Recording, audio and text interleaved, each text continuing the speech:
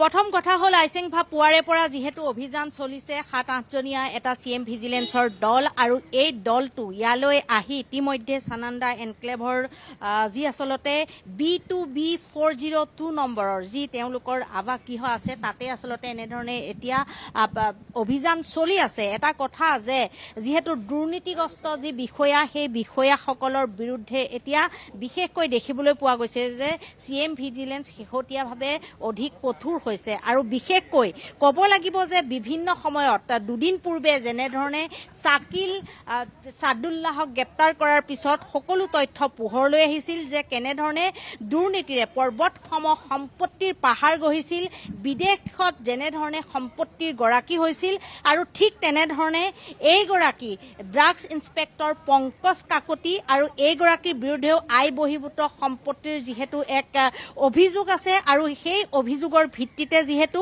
এইগৰাকী drugs inspector ঘৰত এইখিনি মুহূৰ্তত যিহেতু অভিযান চলাই থকা হৈছে আৰু আমি এইখিনি মুহূৰ্তত তেওঁ যিখন বাহন সেই বাহনখন দেখুৱাবলৈ আমি যত্ন কৰিম যে AS01 FW7896 এইখন হৈছে তেওঁ গাড়ী আৰু এই গাড়ী এখন ইয়াত ৰাখিছে আৰু কি আছে তেওঁৰ নতুন হয়তো আৰু বহু কেইখন বিলাসী গাড়ী আছে কাৰণ এই গাড়ীখনত নেম প্লেট লগোৱা আছে। এই গাড়ী লৈ তেওঁ কাৰ্যালয়লৈ যায়। গতিকে পূৰ্বেও তেওঁ শোণিতপুৰত কৰ্মৰত হৈ আছিল আৰু তেওঁৰ বিৰুদ্ধে বহুখিনি অভিযোগ এইখিনি মুহূৰ্তত আছে আৰু বিশেষকৈ তেওঁৰ বিৰুদ্ধে যিসমূহ আয় বহিৰ্ভূত সম্পত্তিৰ যি অভিযোগ আছে তাৰ পিছতে আৱাসগৃহত যিসমূহ কাগজ পত্ৰ আছে সেইসমূহ চাই আছে, নথি পত্ৰ চাই আছে কাৰণ দেখা পোৱা যায় যে অভিযানৰ সময়খিনিত সকলো চাব লাগিব কাৰণ অভিযোগ এটা দিয়াৰ পিছতে কাকো আচলতে অভিযুক্ত সজাব নোৱাৰে বা কাকো গ্ৰেপ্তাৰ কৰিব নোৱাৰে, আটক কৰিব নোৱাৰে। গতিকে সেই সকলোখিনি তথ্য প্ৰমাণ লাগিব।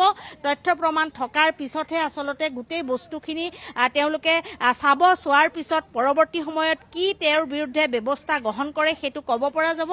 কিন্তু প্ৰাৰম্ভিক পৰ্যায়ত যেনেধৰণে তদন্ত কৰিবলৈ আহে বিষয়াসকল তেনেধৰণে তেওঁলোকৰ নথি পত্ৰ সকলোখিনি চাই আছে। পুনৰ কৈছো যে দ্বিতীয় মহলাত এই যি অভিযান সেই অভিযান চলি আছে আৰু আমি বিশেষকৈ গম পাওঁ যে এটা কথা যে আগতীয়াকৈ আমি যিসমূহ আচলতে তথ্য লাভ কৰিছো তাৰ ওপৰত আমি ক'বলৈ গৈছো যে তেওঁৰ বিৰুদ্ধে ঔষধৰ যি তেওঁৰ যিখিনি দায়িত্ব থাকে সেইসমূহৰ ক্ষেত্ৰত বহুখিনি আচলতে তেওঁ ধন আত্মসাত কৰিছে তেনেকুৱা ধৰণৰ বহুতখিনি আছে অভিযোগ। বিভিন্নজনে বেলেগ বেলেগ স্থানত যেতিয়া তেওঁ চাকৰি কৰিছিল আৰু তেতিয়া তেওঁৰ বিৰুদ্ধে বহুখিনি অভিযোগ আছে। গতিকে পৰৱৰ্তী সময়ত আমি সেইখিনি কম কাৰণ এতিয়াই আমি কৈ দিব নোৱাৰো কাৰণ এইখিনি মুহূৰ্তত অভিযান চলি আছে। এই সকলোখিনি CM ভিজিলেন্সৰ যিসকল তদন্তকাৰী বিষয়া সেই বিষয়াসকলে ক'ব।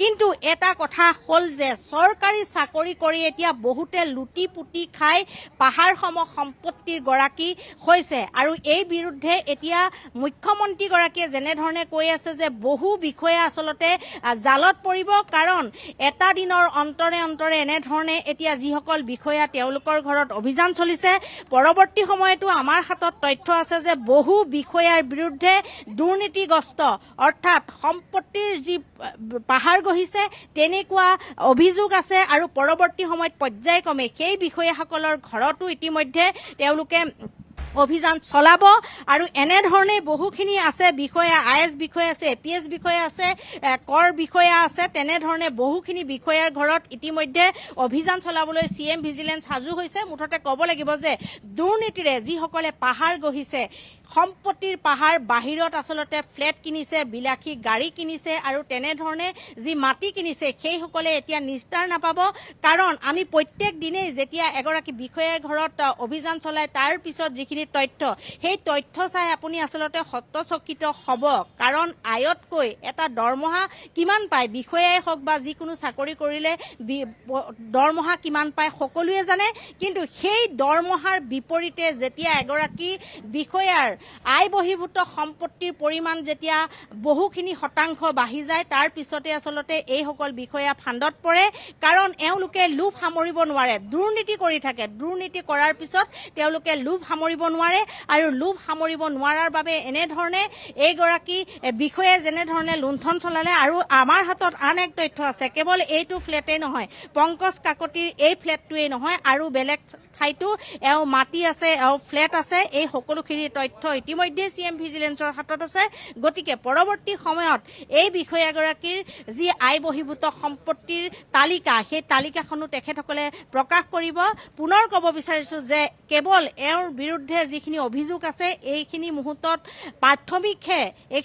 প্ৰাথমিকভাৱে যি তদন্ত, সেই তদন্ত চলি আছে। কিন্তু এই ফ্লেটৰ উপৰিও আন ঠাইতো এইগৰাকী বিষয়াৰ ফ্লেট আছে, মাটি আছে। এই সকলোবোৰ তথ্য এতিয়া CM ভিজিলেন্সৰ হাতত আছে। গতিকে পৰৱৰ্তী সময়ত এই সকলোখিনি তথ্য জনাবলৈ সক্ষম হ'ম। কিন্তু এই যি অভিযান, এই অভিযান দীঘলীয়া হ'ব।